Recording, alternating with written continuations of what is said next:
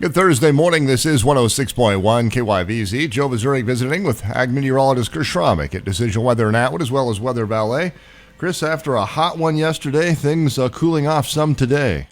Yeah, Joe, we saw record temperatures again yesterday. Today we got this cool front that's going to start sagging through here about midday. We're going to see that high pressure move off to the east. Got a trough coming in from the northwest, and it's going to swing that cold front through.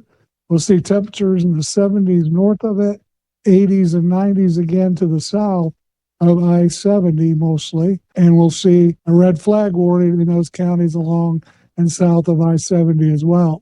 Currently, we got temperatures that are in the upper 40s and low 50s. Winds are from a north direction at 5 to 10 miles per hour. When that front comes sagging through, they'll quickly pick up to 15 to 25, gusting to 40 miles per hour. That's when we'll see the elevated fire weather conditions and maybe even a little bit of blowing dust. No moisture to work with. It'll end up being a dry front. Overnight, we could see some rain showers, not really getting through the dry air, but maybe a sprinkle or two, flurry or two. Lows will drop below freezing. Tomorrow will be much colder.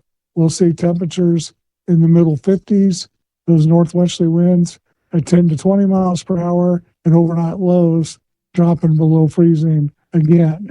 Then we'll see a warm up on Saturday to around 70. It'll get breezy. Those winds will turn to the southwest direction, 15 to 25 miles per hour, and we could see the elevated fire conditions. Sunday will be in the middle to upper 80s, staying in the 80s for Monday, Tuesday. Becomes a little bit more zonal to flow, potentially some disturbances coming through, but the precipitation looks pretty elusive, and anything would be hit and miss.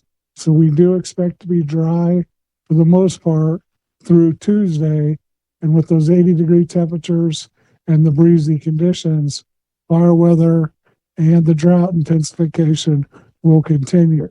However, there is good news on the horizon.